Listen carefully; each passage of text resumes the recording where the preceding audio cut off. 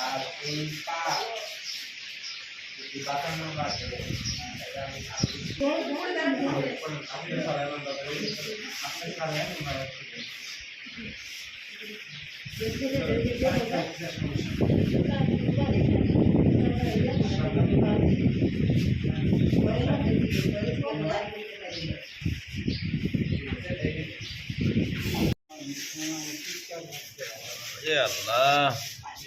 ওনার এটাকে বলা হয় ডায়াবেটিক ফুট, মানে ডায়াবেটিসের কারণে পায়ে ক্ষত হচ্ছে।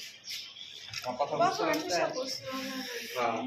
আর এই ধরনের জুতা তার পরানো নিষেধ, একবারের জন্য পরা লাগবে। এখন আপনার চিকিৎসা, ইনসুলিন দেওয়া লাগবে, এটার কোর্স পরীক্ষা করা লাগবে। হ্যাঁ।